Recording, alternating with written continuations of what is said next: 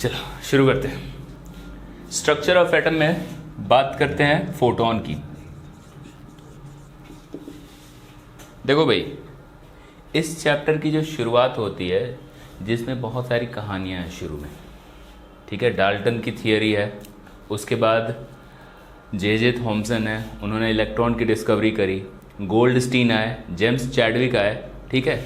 ये सारे लोग आए और अपनी अपनी थियरी इन्होंने दी है। ओके, तो ये थियरी थोड़ी देर के बाद शुरू करते हैं। क्लियर है? अभी हम लोग तो न्यूमेरिकल बेस्ड जो है टॉपिक देख लेते हैं, क्योंकि थियरी कराऊंगा शुरू में तो थोड़ी बोरिंग हो जाएगी। आ जाओ, फोटोन से शुरुआत करते हैं। फोटोन क्या होता है? तो स्मॉलेस्ट यूनिट ऑफ लाइट, बिल्कुल, smallest unit of light having no mass but energy. इसमें देखो ऐसा है कि जैसे मान लो कि हमारे पास ये लाइट है, इस लाइट की सबसे छोटी यूनिट जो होती है ना, उसी का नाम है फोटोन। क्लियर है? लाइट की सबसे छोटी यूनिट का नाम है फोटोन। ओके, इस फोटोन में एनर्जी होती है और वो एनर्जी प्रोपोर्शनल होती है किसके? फ्रीक्वेंसी के। ठीक है, प्रोपोर्शनलिटी के साइन को हटाते हो क्या आता है बताओ? एच। क्या नाम है इसका? बहुत बढ़िया, प्लैंक्स कांस्टेंट। क्या होती है इसकी वैल्यू? 6.626 into 10 की power -34 joule per second. Joule per second की जूल सेकंड?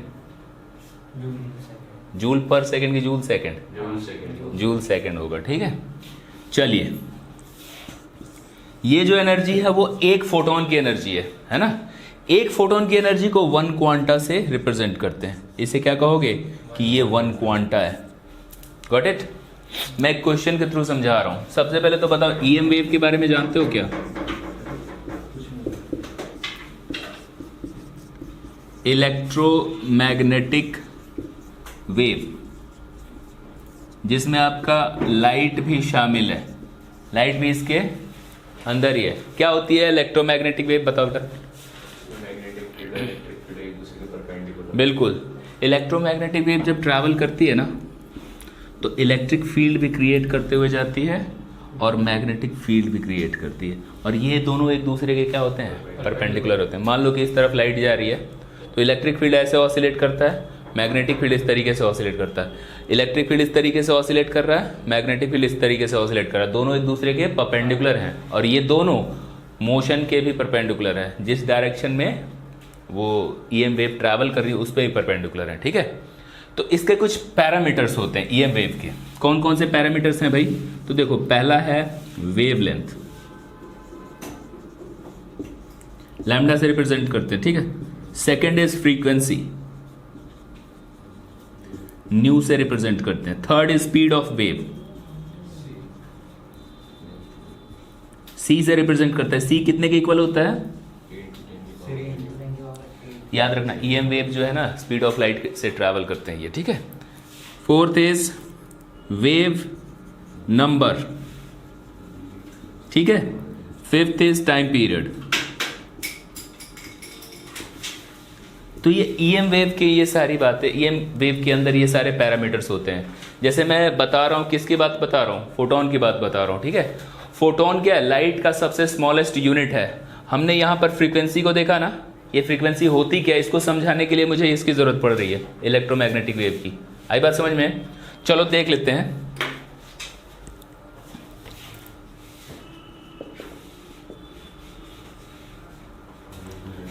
देखिए, वेवलेंथ क्या होता है बताओ? बिल्कुल, ये दो क्रेस्ट है ना, इनके बीच का डिस्टेंस लैम्डा। दो ट्रफ के बीच का डिस्टेंस, ये भी लैम्डा। और क्या है? एक बार मान लो कि ये ऑसिलेशन हो रही है ना यहाँ से यहाँ तक, तो इसने जितना डिस्टेंस ट्रैवल किया, वेव ने जितना डिस्टेंस ट्रैवल किया, वो लैम्डा है। ठीक है, बताने की जरूरत, लिखने की जरूरत नहीं है। अगर लिखने को पूछेगा तो कह देना distance between two consecutive trough और क्रस्ट, है ना। चलिए, इसकी एसआई यूनिट क्या होगी? इसे रिप्रेजेंट किया जाता है लैम्डा से, रिप्रेजेंटेशन है इसका लैम्डा से। ठीक है, एसआई यूनिट बताइए। मीटर। मीटर। क्योंकि ये डिस्टेंस है इसलिए इसकी यूनिट हो जाएगी मीटर। ठीक है। Second is time period. Time period पहले देख लो। टाइम पीरियड को कैसे डिफाइन करोगे बोलो? Number of oscillation. एक बार ऑसिलेट, टाइम पीरियड किसे कहते हैं बताओ? एक बार ऑसिलेशन करने में जितना टाइम लगता है उसको टाइम पीरियड कहते हैं। ठीक है ना? Time taken by wave in one oscillation. ठीक है। एक ऑसिलेशन में जो टाइम लगता है उसको टाइम पीरियड कहते हैं। बता दीजिए ऐसा यूनिट क्या होगी इसकी? ऐसा यूनिट क्या होगी? सेकेंड्स। सेकंड होगी ना। चलो फ्रीक्वेंसी के बारे में बता दो। बिल्कुल, नंबर ऑफ ऑसिलेशंस पर सेकंड। मान लो कि एक वेव है, एक सेकंड में 5 बार ऑसिलेट कर रही होती है, तो इसकी फ्रीक्वेंसी 5 हो जाती है। ऐसा यूनिट बता दो। हर्ट्ज। HZ और सेकंड इनवर्स भी होती है। ऐसा यूनिट दोनों याद रख लेना। ठीक है। हर्ट्ज भी याद रख लेना और हर्ट्ज भी याद रख लेना और सेकंड इनवर्स भी याद रख लेना। एक बात बताइए, T सेकंड में कितना ऑसिलेशन? 1 ऑसिलेशन। बताओ, T सेकंड में 1 ऑसिलेशन, तो 1 सेकंड में कितना ऑसिलेशन? 1/T oscillation. ठीक है। एक सेकंड में जो ऑसिलेशन होता है उसी को तो कहते हो आप क्या? फ्रीक्वेंसी। तो ये हमारा 1 सेकंड का ऑसिलेशन है, तो ये फ्रीक्वेंसी होगी। फॉर्मूला याद रख लेना। ठीक, आ जाओ। Speed of wave. Electromagnetic wave का जो स्पीड है, मान लो कि ये वेव इस तरीके से ट्रैवल करके जा रही है, यहां से लेकर यहां तक का डिस्टेंस क्या है? लैम्डा। ठीक है। और टाइम कितना लग रहा होता है इसमें? Capital T, time period. तो स्पीड को रिप्रेजेंट करते हैं कैसे? डिस्टेंस अपॉन में टाइम। यही तो लिखते हैं स्पीड। डिस्टेंस बेटा लैम्डा है और टाइम पीरियड कितना है? T है। एक बात बताओ, 1/T कर लो और लैम्डा कर लो। 1/T क्या बन जाता है? न्यू। तो यहां पर स्पीड ऑफ लाइट जो होती है C होती है। ठीक है। क्लियर होगी बात? तो इसके जो पैरामीटर्स हो वो समझ गए अच्छे से। C की वैल्यू रख लेना 3 × 10⁸ मीटर पर सेकंड। ठीक है। एक और भी तो है, वेव नंबर। वेव नंबर कैसे रिप्रेजेंट करोगे बताओ? न्यू के ऊपर एक लाइन बना। वेव नंबर, इसको न्यू के ऊपर ऐसे बार लगा देते हैं। ठीक है ना? क्या होता है ये? वेव नंबर को डिफाइन कैसे करोगे बताइए बेटा? देखो फ्रीक्वेंसी क्या होती है? 1 सेकंड में कितनी बार ऑसिलेशन होगा? मान लो 1 सेकंड का यहाँ से यहाँ तक 1 सेकंड मान लो, है ना? टाइम यहाँ तक 1 सेकंड। 1 सेकंड में 25 बार ऑसिलेशन होगा, तो फ्रीक्वेंसी 25 हर्ट्ज होगी। मैंने क्या किया, 1 सेंटीमीटर या 1 मीटर में जितनी बार ऑसिलेशन होता है उसको वेव नंबर कहते हैं। अब पर यूनिट डिस्टेंस में जो ऑसिलेशन होगा उसको हम वेव नंबर कहेंगे। पर सेकंड में जो नंबर ऑफ ऑसिलेशन होगा उसको क्या कहते हो? फ्रीक्वेंसी। और पर मीटर में या पर सेंटीमीटर में जो ऑसिलेशन होगा उसको वेव नंबर कहोगे। ठीक है। इसको याद रख लेना, 1/λ से रिप्रेजेंट, ऐसा यूनिट पर मीटर हो जाएगी। ठीक है। तो ये सारे पैरामीटर्स याद हो गए इलेक्ट्रोमैग्नेटिक वेव के बारे में। चलो फिर से आ जाते हैं फोटोन पे। बताओ भाई, फोटोन के बारे में यही बताया ना कि ये स्मॉलेस्ट यूनिट ऑफ लाइट है जिसमें एनर्जी होती है, मास नहीं होती। अगर इसमें मास होती देन लाइट निकल रही है, हमें चोट लग सकती थी ना। ठीक है। याद रखना इसमें कोई मास नहीं होता, इसकी फ्रीक्वेंसी पे इसकी एनर्जी डिपेंड करती है, h न्यू। अच्छा, C = अभी क्या पढ़ा आपने? Speed of light, new lambda, है ना? न्यू फ्रीक्वेंसी है और लैम्डा वेवलेंथ है। तो यहां से न्यू को आप लिख सकते हो C/λ।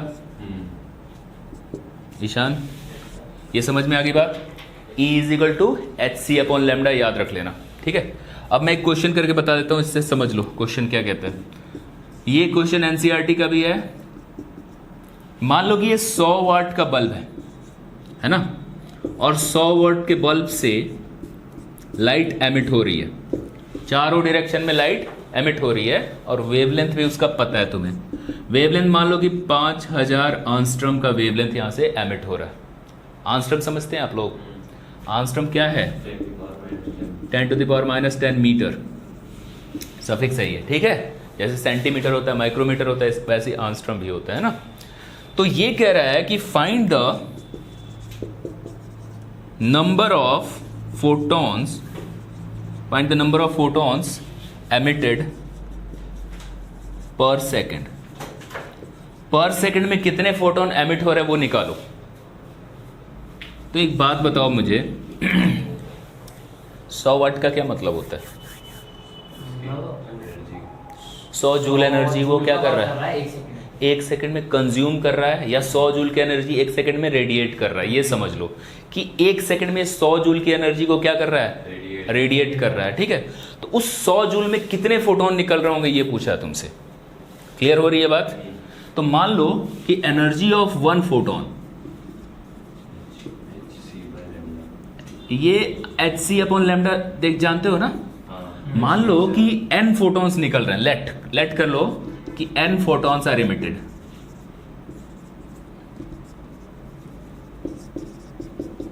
n फोटॉन्स एमिट हो रहे हैं, n hc/λ। इतने सारे फोटोन एक सेकंड में एमिट हो जा रहे हैं। तो इतनी एनर्जी आई कहां से? इसी से तो आई, 100 जूल से ही तो आई। ये क्या कर रहा है? 100 जूल एनर्जी एक सेकंड में रेडिएट कर रहा है। वाट का क्या मतलब होता है? वाट का मतलब होता है क्या? जूल पर सेकंड, पावर है ना ये। तो यानी 100 जूल की एनर्जी जो रेडिएट कर रहा है एक सेकंड में, और उसमें इतने सारे फोटॉन्स एमिट हो जा रहे हैं, यानी इन सब की एनर्जी किसके बराबर होगी? 100 के बराबर हो जाएगी। अकॉर्डिंग टू क्वेश्चन ये n/λ ये 100 के बराबर कर दो, और यहां से n की वैल्यू क्या हो जाएगी? 100 hc/λ। अब थोड़ी कैलकुलेशन करनी सीख लो, है ना। आओ सिखा देता हूं। 100 ऊपर रख दीजिए। h कितना होता है? 6.626 इंटू लैम्डा ऊपर ले जाओगे तो लैम्डा है कितना? 5000 आंस्ट्रम है। -10 है बेटा। तो ये 3 पहले तो यहां से डिस्प्लेस करो, और इसको माइनस का 7 लिख दो। 5 × 10⁻⁻7 लिख दो। फिर और कैलकुलेशन करते हैं। ये 2 0 दिख रहे हैं ना, इनको भी हटाइए। इनको हटाते ही ये माइनस का 5 हो गया, ठीक है। फिर देखो ये 10⁻34 है, यहाँ पर 10⁸ है, ये 26 हो जाएगा बेटा। 5 × 10⁻5 तो ऊपर दिख रहा है, इसको इससे मल्टीप्लाई करोगे ना तो ये आ जाएगा 19.6 और 10⁻26। क्लियर हो रही है बात? इस 19.6 को 20 भी अप्रॉक्सीमेटली तुम ले सकते हो ना। अगर तुम्हें जल्दी है, कैलकुलेशन थोड़ी एग्जैक्ट नहीं करनी है, कैलकुलेट करके शो करना है, अप्रॉक्स आंसर हमें निकालना है। तो ऐसा करो, 5 को ऊपर रखो, 20 को नीचे रखो। 26 ऊपर गया, प्लस का उसमें से 5 घटाओ, ये कितना आ गया? 21 आ गया, है ना। इसको कट कर दो, 4 आ गया। ये बेटा आपका 0.25 × 10⁻21 है। इतने सारे फोटॉन्स एमिट होंगे एक सेकंड में। इसको साइंटिफिक नोटेशन में लिखना हो तो 2.5 10⁻20 लिख सकते हो। इतने सारे फोटॉन्स एमिट हो रहे हैं एक सेकंड में। क्लियर होगी बात? कोई डाउट तो नहीं है? अब सुनो, एनसीईआरटी का जो क्वेश्चन है ना, 1 से लेकर 13 तक यही फॉर्मूला अप्लाई होने वाला है। 1 नहीं, 3 या 4 से लेकर 13 तक यही फॉर्मूले अप्लाई होने वाले हैं। ठीक है, कर लीजिएगा। आगे चलते हैं अगले कॉन्सेप्ट पे। अगला कॉन्सेप्ट है फोटो इलेक्ट्रिक इफेक्ट।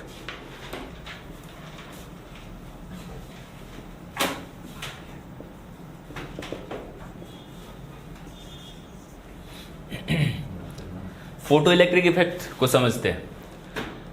हमारे पास सोलर पैनल होता है ना, सोलर पैनल, वहां पे जो प्रोसेस होता है यही होता है। लाइट एमिट होती है, उस पर लाइट इंसिडेंट होती है, सनलाइट, और हमने उसको कन्वर्ट कर देना होता है किसमें? इलेक्ट्रिकल फॉर्म में, एनर्जी के दूसरे फॉर्म में कन्वर्ट कर देना होता है। होता क्या है यहाँ पर फिनोमेना? ये है क्या? मान लो ये मेटल का सरफेस है, ठीक है। मेटल किससे बना होता है बेटा? मेटल के अंदर क्या होता है, एटम्स होते हैं ना, एटम्स में क्या होता है, न्यूक्लियस होता है, उसके बाद शेल होते हैं, ठीक है ना, और हर एक शेल में इलेक्ट्रॉन होते हैं, और उस हर एक शेल में उनकी अपनी फिक्स एनर्जी होती है। बात समझ में आ रही है? अब ये तुम जाकर पढ़ोगे जब मैं बोर्स एटॉमिक थियरी पढ़ाऊंगा तब, ठीक है। ये वो एनर्जी है जिस एनर्जी से वो इलेक्ट्रॉन उसमें रोटेट कर रहा है।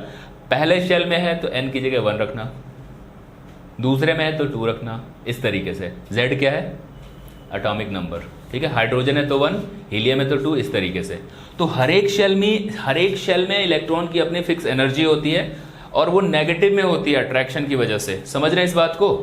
मैंने क्या किया, इस इलेक्ट्रॉन को बाहर से लाइट के फॉर्म में एनर्जी प्रोवाइड करा दी, समझे?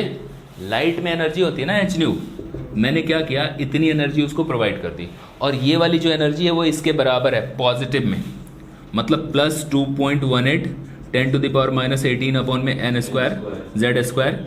इतने पॉजिटिव अमाउंट में हमारे पास एनर्जी मिली। इस एनर्जी से वो रोटेट कर रहा था, हमने इतना पॉजिटिव का अमाउंट एनर्जी प्रोवाइड कर दिया। इसकी टोटल एनर्जी क्या हो जाएगी बताओ? 0। उस इलेक्ट्रॉन की टोटल एनर्जी हो गई 0। अब वो क्या शेल में घूमना चाहेगा, रहेगा? वो घूमेगा ही नहीं, ठीक है। तो वो क्या करेगा, बाहर निकल जाएगा यहाँ से। तुम्हें समझ नहीं आया ना? नहीं आया ना? देखो सुनो, मान लो ये इलेक्ट्रॉन है, ठीक है, इलेक्ट्रॉन घूम रहा है इस एनर्जी से इलेक्ट्रॉन घूम रहा है इस एनर्जी से, ठीक है ना, नेगेटिव में है, सेम अमाउंट का पॉजिटिव अमाउंट में एनर्जी दे दिया आपने, समझे? नेगेटिव एनर्जी से वो घूम रहा था, सेम अमाउंट का पॉजिटिव एनर्जी दे दिया आपने। कैसे दे दिया? लाइट के फॉर्म में दे दिया। लाइट में एनर्जी होती है ना, तो टोटल एनर्जी क्या बन जाएगी उसकी? 0 हो जाएगी। अब बताओ, किसी भी इलेक्ट्रॉन की एनर्जी 0 है तो वो शेल में रहना चाहेगा? आइसोलेट हो जाएगा, वो बाहर निकल जाएगा। और वो क्या होता है, जैसे ही लाइट इंसिडेंट हुई ना, वो इलेक्ट्रॉन उस शेल से, उस एटम के शेल से बाहर निकल गया ऐसे। और यही फिनोमेना क्या कहलाने लगता है? Photo electric effect. क्लियर होगी बात? तो हम क्या लिखें, कैसे डिफाइन करेंगे? The phenomenon of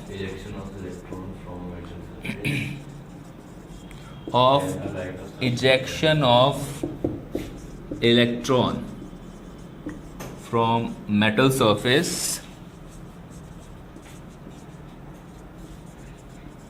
when a ray of light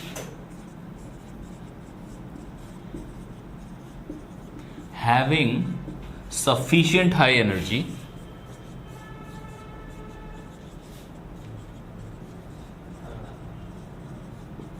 fall on it। ठीक है, देखो ऐसा नहीं है कि कोई भी लाइट इंसिडेंट हो जाए अगर मेटल के सरफेस पे तो इजेक्शन हो जाएगा, ऐसा पॉसिबल नहीं है। उसके लिए मिनिमम एनर्जी की रिक्वायरमेंट होनी चाहिए, समझे क्या? मान लो यहाँ पर इलेक्ट्रॉन निकालने के लिए 2.18 इलेक्ट्रॉन वोल्ट की ज़रूरत है। मान लो एनर्जी की यूनिट होती है इलेक्ट्रॉन वोल्ट, याद रखना। 1 इलेक्ट्रॉन वोल्ट किसके इक्वल होता है? 1.6 10⁻⁻19 जूल के इक्वल होता है। जूल भी एनर्जी का यूनिट है, इलेक्ट्रॉन वोल्ट भी एनर्जी का ही यूनिट है, ठीक है। मान लो इतनी एनर्जी की रिक्वायरमेंट है, और जो लाइट इंसिडेंट हो रही है इस पे 1.2 इलेक्ट्रॉन वोल्ट की एनर्जी है, कम है, इजेक्शन करवा पाएगा? नहीं करवा पाएगा। अगर इसमें 2.18 इलेक्ट्रॉन वोल्ट की एनर्जी होगी ना, जितनी रिक्वायर्ड है इलेक्ट्रॉन को निकालने के लिए, अगर उतनी अमाउंट की एनर्जी इससे मिल जाए तो इजेक्शन होगा। अगर मान लो इससे भी ज़्यादा अगर इसमें एनर्जी है इस लाइट में, तो ये क्या करेगा? इलेक्ट्रॉन को तो निकाल देगा, साथ ही साथ उस इलेक्ट्रॉन में काइनेटिक एनर्जी भी प्रोवाइड करा देगा, समझे क्या? अगर तुम्हारे पास ज़्यादा एनर्जी है ना, तो वो क्या करेगा? इलेक्ट्रॉन को तो निकालेगा ही निकालेगा, साथ ही साथ उस इलेक्ट्रॉन को काइनेटिक एनर्जी भी प्रोवाइड कर देगा, जिससे क्या होगा? यहाँ से वो इलेक्ट्रॉन मूव करता हुआ बाहर निकलेगा, समझे क्या? सर सेम में भी एमिट करती है। सेम एमिट होगा ही, बाहर निकल जाएगा सिर्फ। अगर तुम्हारे को 200 रुपये में बुक मिल रही है, मैं 200 रुपये दूंगा तो बुक ला दोगे ना? 150 दूंगा तो लाओगे? नहीं ला पाओगे, ठीक है। 200 दूंगा तो ले आओगे ना, और 220 दे दूंगा तो पेन भी साथ में लेकर आओगे, है कि नहीं? तो जितनी रिक्वायर्ड है उतनी अमाउंट की एनर्जी उस पर इंसिडेंट होगी, तो इजेक्शन तो होगा ही। सिर्फ इजेक्शन होके बाहर निकल जाएगा, बस मूव नहीं करेगा वहाँ से, ठीक है। तो देखो इसमें खास बात क्या है, कुछ दो बातें इनको समझ लो। First is threshold frequency.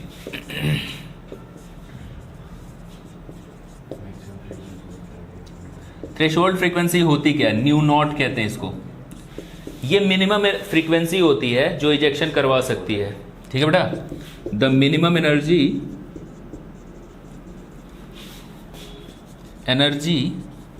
That can cause ejection, ठीक है। एक होता वर्क फंक्शन, वर्क फंक्शन को W नॉट भी कहते हैं, फाई भी कहते हैं, फाई नॉट भी कहते हैं, कुछ भी कह लो, ठीक है ना। वर्क फंक्शन क्या है, द मिनिमम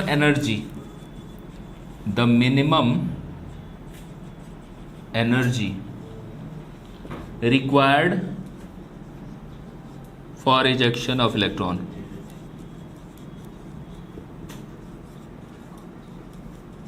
समझो भाई, देखो ये तो वो फ्रीक्वेंसी है, ये वो फ्रीक्वेंसी है जितनी मुझे चाहिए कि यहां से इलेक्ट्रॉन निकल जाए, फ्रीक्वेंसी है ये। और इस फ्रीक्वेंसी में तुमने क्या कर दिया, H मल्टीप्लाई कर दिया, तो वो क्या बन जाएगी, एनर्जी बन जाएगी। और ये एनर्जी वर्क फंक्शन कहलाती है, याद रखो, ठीक है। नहीं समझे, बातें करोगे तो कैसे समझ में आएगा। देखो इधर, मान लो कि हमारे पास फ्रीक्वेंसी कितनी चाहिए, इतनी चाहिए। इतनी फ्रीक्वेंसी अगर इंसिडेंट होती है तो क्या होगा, इजेक्शन होगा। तो ये तो फ्रीक्वेंसी है ना, एनर्जी थोड़ी ना। इसमें जब तक H मल्टीप्लाई नहीं करोगे एनर्जी नहीं बनेगी, और उस एनर्जी का नाम है वर्क फंक्शन। ये दो अलग अलग चीज़ें हैं, ये एक एनर्जी है, ये minimum energy required for ejection, ये minimum frequency required for ejection. समझ में आई बात। तो फ्रीक्वेंसी को हमने H से मल्टीप्लाई करते ही वर्क फंक्शन आ जाएगा, ठीक। चलो ये मेटल है, कोई मेटल है, इसके लिए जो हमारे पास थ्रेशोल्ड फ्रीक्वेंसी है वो है 4 × 10⁻⁻7 हर्ट्ज। इतनी ज़रूरत है उसे इलेक्ट्रॉन को निकलवाने के लिए। लेकिन मान लो तुम्हारे पास अब फ्रीक्वेंसी इतनी है 7 × 10⁻⁻7 हर्ट्ज है, ज़्यादा है ना, तो इजेक्शन करवाएगा बेटा। ये वो फ्रीक्वेंसी है जो इससे क्या है, कहीं ज़्यादा, इजेक्शन करवा देगा, ठीक है ना। और साथ ही साथ उस इलेक्ट्रॉन को क्या प्रोवाइड करेगा, जो हमें फाइंड करनी है, क्वेश्चन है तुम्हारा। This is your question, solve कीजिए। देखिए अभी क्या है, आइंस्टाइन के अकॉर्डिंग एक इक्वेशन देख लो। मान लो ऐसे लाइट इंसिडेंट हो रही है, इसकी फ्रीक्वेंसी कितनी है, अभी लिखो मत, देख लो, न्यू है, और ये बहुत ज़्यादा है, न्यू नॉट से भी ज़्यादा है, ठीक है ना। तो इजेक्शन तो करवाएगा ही करवाएगा। हमें उस मेटल के लिए जो चाहिए वो न्यू नॉट है, तो बताओ वर्क फंक्शन कितना होगा, H न्यू नॉट। ये वो रिक्वायर्ड एनर्जी है, मिनिमम एनर्जी है फॉर इजेक्शन। लेकिन जो हमारे पास लाइट इंसिडेंट हो रही है उसमें कितनी एनर्जी है, उस फोटोन की एनर्जी कितनी है जो इंसिडेंट हो रही है, तो फोटोन की एनर्जी हो गई, फोटोन की एनर्जी कितनी होगी, H न्यू। H को न्यू से मल्टीप्लाई करोगे तो उसकी एनर्जी आ जाएगी, और न्यू नॉट को H से मल्टीप्लाई करोगे जो चाहिए जितनी वो आ गई, ठीक है ना।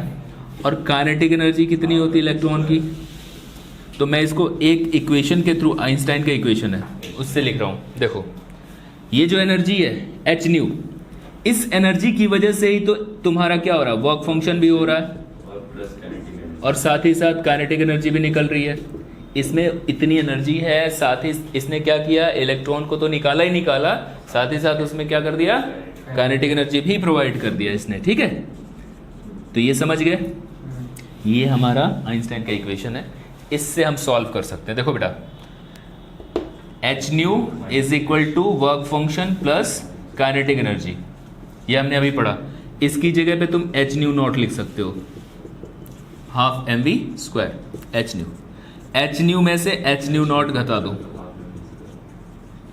H को कॉमन ले लो और न्यू में से न्यू नॉट को माइनस कर दो, यही हमारी क्या होगी, half mv²। 6.626 10 to the power minus 34। Nu कितना, न्यू नॉट कितना है, रख दो 10 की पावर -7 ये है, और न्यू नॉट कितना है ये है। दोनों को माइनस करोगे तो लिख दोगे यहाँ पे कितना, पावर सेम है ना, -7 इसमें भी है, कॉमन ले लीजिए तो 7 में से 4 गया 3 है ना। अब मल्टीप्लाई कर लो तो ये आ जाएगा 19.6 into 10 to the power 741 joule. Got it? Is it clear और नॉट? समझ में आ गई बात? ठीक है। एनसीईआरटी का एक 9th वाला क्वेश्चन है, उसको देख लेते हैं, थोड़ा देख लो। लिखना है बेटा, वैसे ये करा है एनसीईआरटी का एग्जाम्पल 9 है ये, ठीक है। चलो क्वेश्चन हम लोग देख लेते हैं, ठीक है। क्वेश्चन क्या कहता है, एनसीईआरटी का है बेटा क्वेश्चन नंबर 9 है ना। देखो ये हमारे पास मेटल सरफेस है, ठीक। मेटल सरफेस पे एक लाइट इंसिडेंट हो रही है। अब तुम लोग देख के बताओ इसकी फ्रीक्वेंसी कितनी है या वेवलेंथ है, कुछ गिवन है, क्या दिया हुआ है, 4 × 10 की पावर -7 क्या, मीटर, यानी कि ये वेवलेंथ है, ये लाइट इंसिडेंट हो रही है, ठीक है ना। और क्या गिवन है बेटा, यहाँ पर इसका वर्क फंक्शन भी गिवन है, कितना है वो 2.13 eV, 2.13 EV, 13 नहीं कहते 13 कहते हैं, ठीक है। पॉइंट के बाद ये लाइट इंसिडेंट हो रही है ना। जितनी एनर्जी निकालने के लिए, इलेक्ट्रॉन निकालने के लिए चाहिए वो ये है। और तुमसे पूछा क्या गया, देखो पहले तो पूछा गया है कि इस फोटोन में जो इस पे इंसिडेंट हो रहा है उसकी एनर्जी कितनी है, ये पूछा गया है। एनर्जी ऑफ फोटोन जो इंसिडेंट हो रहा है। दूसरा तुमसे और पूछा है काइनेटिक एनर्जी ऑफ इलेक्ट्रॉन, जो यहाँ से इलेक्ट्रॉन निकलेंगे उनकी काइनेटिक एनर्जी भी पूछी गई है। Third is velocity of electron. एक तो एनर्जी भी पूछ लिया इसका, और दूसरा क्या पूछ लिया, वेलोसिटी भी पूछ लिया। एनर्जी और वेलोसिटी में डिफरेंस पता है ना, एनर्जी क्या होती है, ½ mv² होती है, v इज द वेलोसिटी, ठीक है।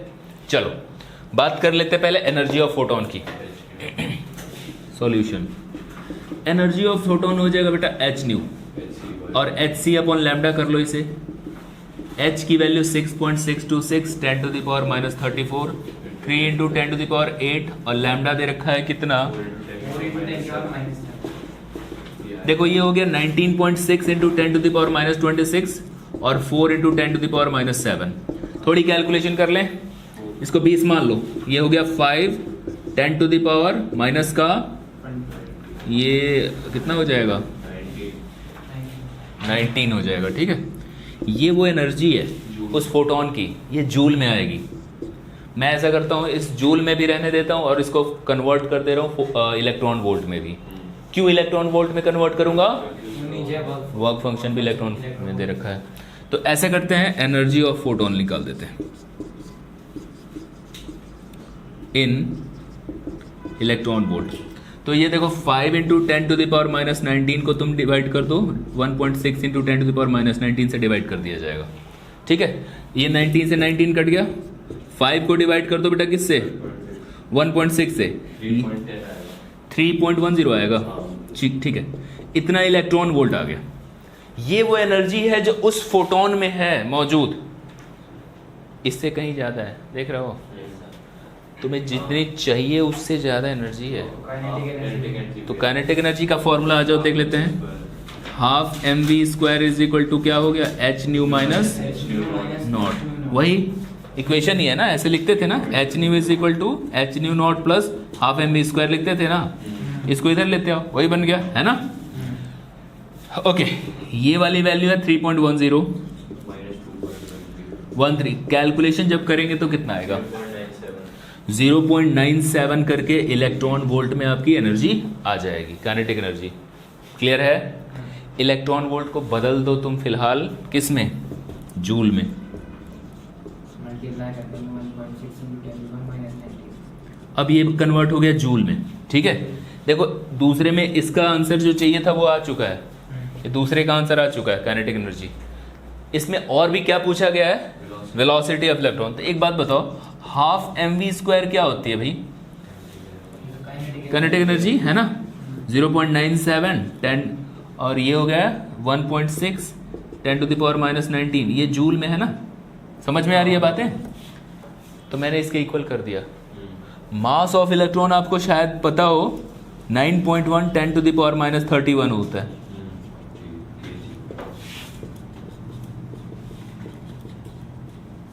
ये आपके पास वेलोसिटी यहां से कैलकुलेट होके आ जाएगी। अब बताओ समझ में आया ये। Yes.